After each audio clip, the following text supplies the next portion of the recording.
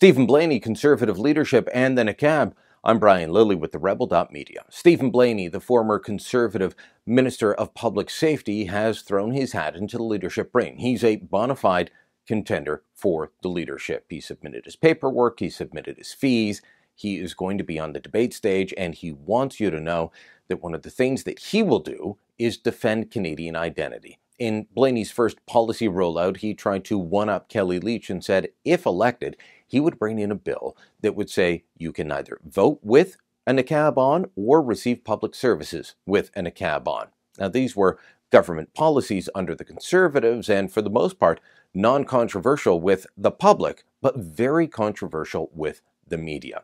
Here's where I stand on this. One, I agree with Blaney. Taking your veil off to vote, take an oath of citizenship, or receive government services, it's not a bad idea. We do need to be able to verify who somebody is. And it's the type of thing that in practice should be happening already. But here's where I disagree with him. I'm not sure that this is the best thing to roll out as your first public policy proposal. Yes, it's going to get him noticed. It's going to get people outside of Quebec talking about him. But as we saw in the last election campaign, well, the English-speaking media have one mind on this, and it is against it. Now, at the time, we did our own poll here at the Rebel. Ipsos did their polls. There were polls from the Privy Council office. All showed a strong majority of Canadians agreed with the idea that if you're taking the oath of citizenship, you should have to show your face. And while there was a real debate and real discussion about this in the Quebec media, where Blaney hails from, he's from just south of Quebec City on the South Shore, in the English media, it was universal condemnation.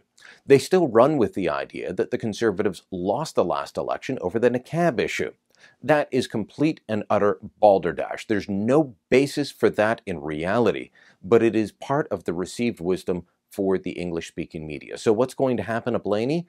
Yeah, like Kelly Leitch, he's going to be able to boost his profile because people will talk about him. But he's also going to be denigrated at every turn. So it will play well in Quebec, where he's already well known. It will play badly in English-Canadian media, where he isn't known, and he will be described in terms such as racist.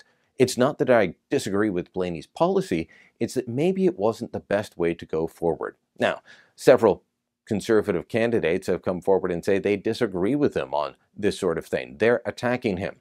There's only so much I can say about Reagan's 11th commandment, not attacking fellow Conservatives. I understand that in a leadership race, you need to be able to differentiate yourself. And that's what Blaney's trying to do with his policy and what his opponents are trying to do by saying, I don't agree with it. We need to be able to have real discussions in this country. We have been told time and again, whether during the niqab debate or since Kelly Leitch brought up this proposal in a questionnaire about Canadian values and screening for them among immigrant and refugee applications, we've been told there are no Canadian values. And yet time and again, the Prime Minister gets up, gives speeches, whether it's here at home or at the United Nations, and extols Canadian values. Well, what the heck are they? Isn't showing your face when you're receiving a government service, when you're interacting with the public, one of them? I don't know a single person that is legitimately seeking public office that says, like the French have, you can't have these on in public at all. A complete ban on religious headdress in public in Canada. That has not come forward yet. But saying you need to be able to show your face when you're voting, when you're taking the oath of citizenship, when you're receiving government services, that is simply common sense to the majority of Canadians.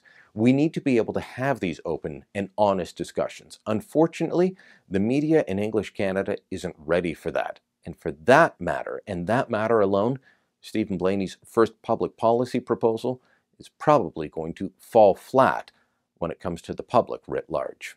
Hope you like what you just saw. If you did, make sure you click here, subscribe to our YouTube channel, never miss a Rebel video again, or head on over to therebel.media, become a subscriber, a member, and access premium content that only members can access.